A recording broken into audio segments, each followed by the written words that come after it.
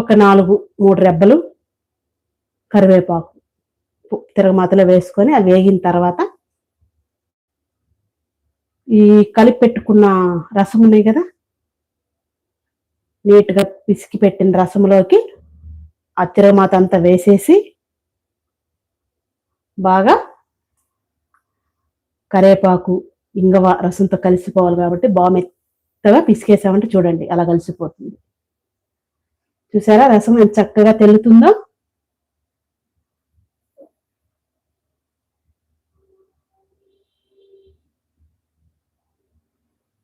ఇంకా మనకి ఆ మాత్రం తెల్లితే సరిపోతుందండి. ఇంకా మనం